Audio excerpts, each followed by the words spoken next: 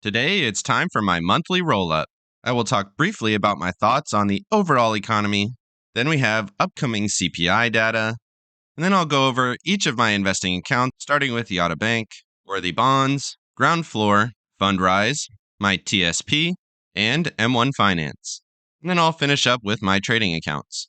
If you like investing and making money, definitely like and subscribe. I make whole portfolio overviews like this every single month, and I make trading account updates every single day, so make sure you hit the bell so you don't miss out on any future episodes. Welcome to the Portfolio Bulletin. Let's get started. So the Dow closed up 400 points on Friday, but it was still down overall on the week, snapping a 4-week winning period.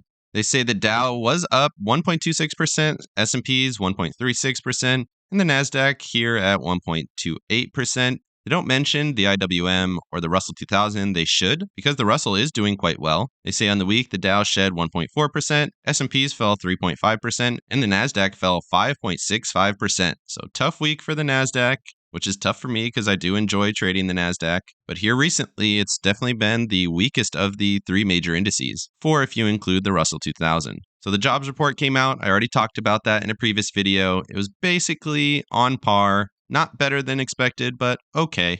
But of course, we have the CPI report coming out next week on Thursday, the 10th. So November 10th. Got to look out for that CPI report. And I will likely be completely out of the markets for that on Wednesday and waiting to see what happens on Thursday morning before I take any positions going forward. So let's try to see what expectations we can have for this CPI number.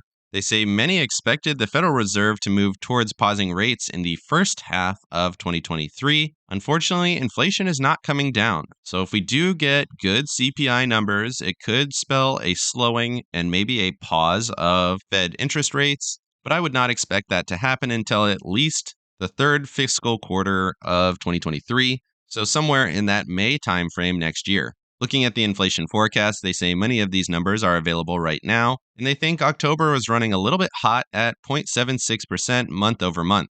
They say core CPI and PCE are both running at 0.5%, and if they get the same numbers, that would put November in some of the highest readings that we've seen overall. And right now, they're expecting 0.4 to 0.6% month over month into December. So if these inflation rates continue, we're going to see more hikes from the Fed.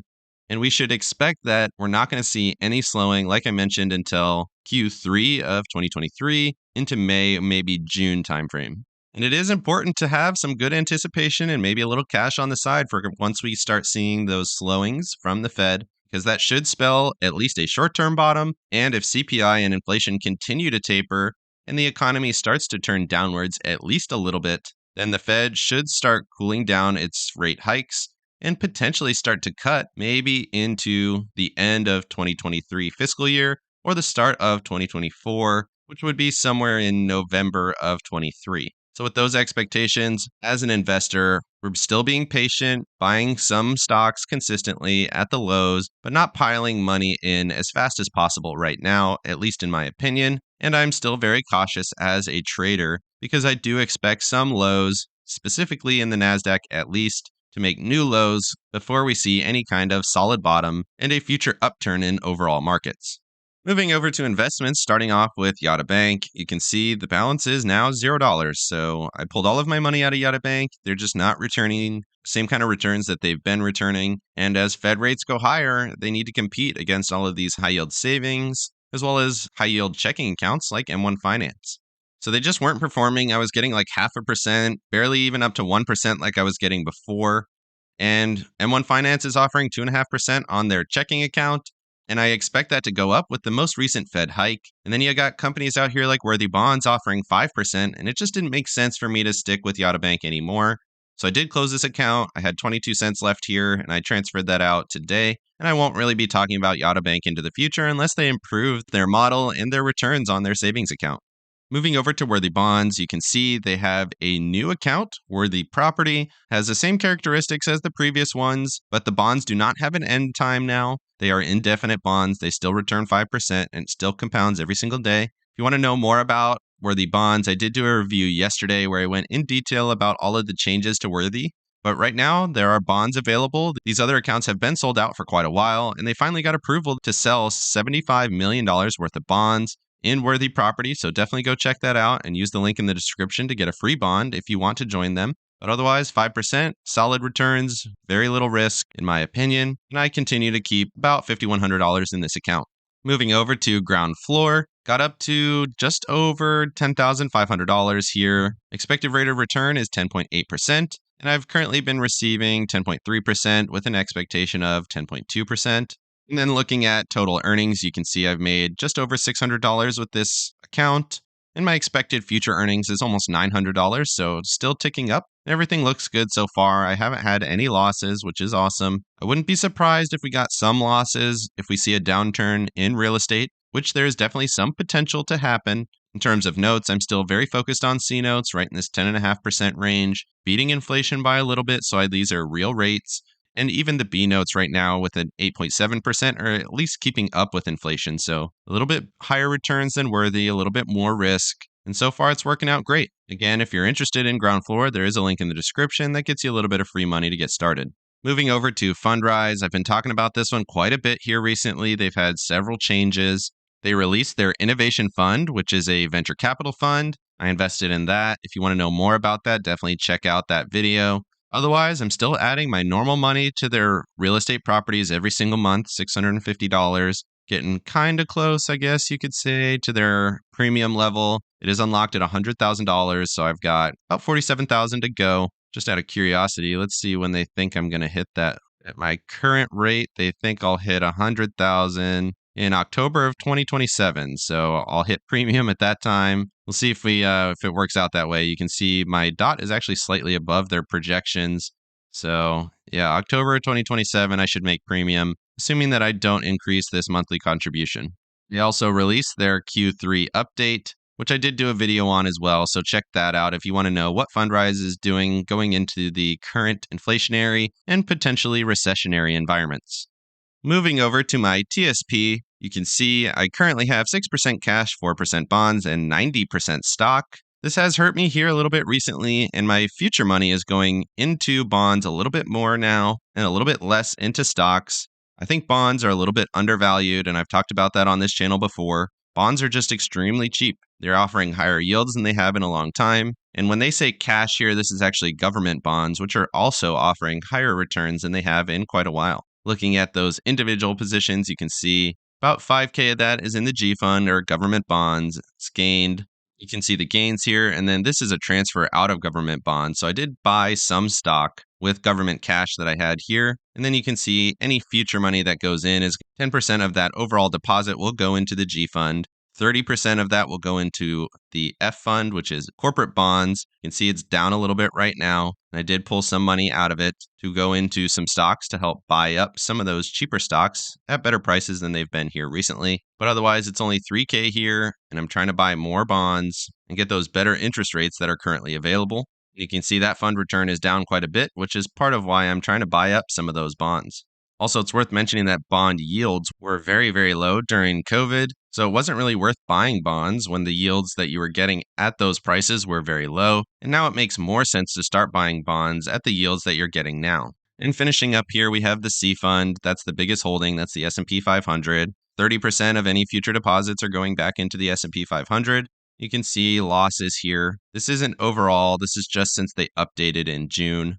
But right now, this return is down 6% since around that time frame. And then the S fund is the overall stock market, which is currently 40% of my holdings. And you can see 30% of future money is going to go into the overall stock market. And it's gone down slightly less than the S&Ps. And you can see that when you compare the IWM to the S&Ps. IWM is outperforming right now. And I suspect that's going to continue at least for a little while into the future. Moving over to M1 Finance in my higher yield savings account, all-time up around 11.18%. On the month, we're up about 2.5%. Most of that is market gains. We did hit a low and then we bounced a little bit. Dividend yield here, almost $10 in the month, not too bad. All-time dividends, around $1,150. So dividends are actually the majority of the gains in this account. Market gains are just that $225 right now. Looking at the holdings, I've made some pretty big changes here. Real estate still my highest goal, but I did drop it down to 23%.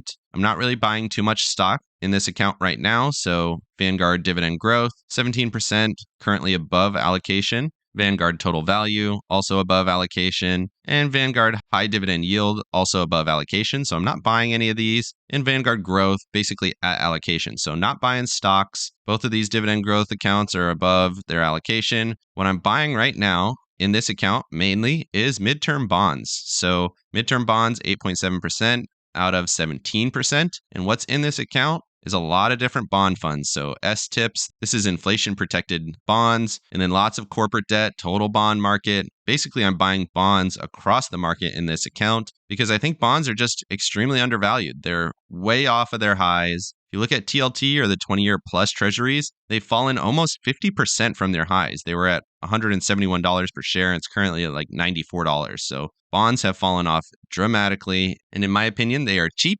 And if you buy them now, I think there's some decent returns to be had. I do want to highlight, though, this is a higher yield savings account for me.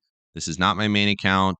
This is not where I expect to get most of my growth. I want to maintain this value and get some decent returns on it and still be able to access this money if I need and without it going down too much in these big markets. So year to date, it's still down pretty decently, but not as much as the overall markets. And that's really the intent. I want to maintain some value, allow for some potential growth, but really generate quite a bit of dividend income with this account. I also want to mention here that M1 Borrow, you can see I've borrowed a little bit of money here, but the interest rate right now is 5.75%. So not a great interest rate. And this is a result of the Fed. These rates go up every time the Fed raises rates, and it makes it less and less attractive to borrow money to invest in stocks. That's part of how the stock market is affected when the Fed raises interest rates. And looking at spend right now, like I mentioned, their interest rate for M1 Plus is 2.5%, which is very competitive with most high yield savings accounts right now. And finishing up with investments here, we have my trading accounts currently at $91,373.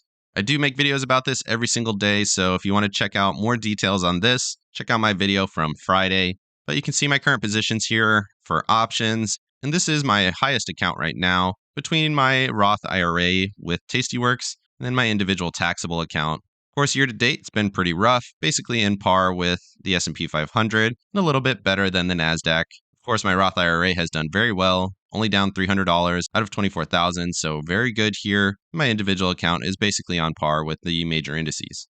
Moving over to my monthly tracker, you can see my trading accounts finally got just above my stock accounts, not by much. So stock at 87,000, almost 88,000, with my trading accounts hitting 91,000. Some of that is added money, but some of that is better trading. With the markets going down, I usually lose less and make about the same when the market goes up. REITs continuing to trend up slowly. Bonds starting to level out and actually tick up here as I start to buy more bonds in my TSP. And I'm not selling any bonds right now, and I'm also buying some more bonds in my M1 higher yield savings account. Lending Club still ticking down, basically below the chart. I had to drop this down. And then for cash, I don't have a lot of cash on hand right now, but that's okay because I do have Worthy Bonds, which is another version of a savings account. And then trading, hitting that 10% uptick. Some of this is definitely added money, but still doing very well, where stock only went up 5.85% month over month. And I want to point out here, it's been a long slog. My total account value here is at $266,000. My overall top account value was in January of 21 at $274,000. So I've lost money year to date, even with the money that I get from my job and how I invest that money. Still down year to date, but not too bad. And it seems like we're finally ticking up. The low here for the year was in July with the market lows at 247,000, and we're back up to 266. And it seems like as long as the markets are at least flat or improving, we can get back up to this January number before the end of the year. Let me know down in the comment section how your accounts are doing. Obviously, this has been a tough year for everyone, but if you've done something that's worked out well, definitely put that down there. Definitely like and subscribe if you got any value out of this video, and make sure you hit the bell so you don't miss out on any future episodes. Of course, none of this is financial advice. This is all for entertainment purposes. Good luck in your investing and have a great day.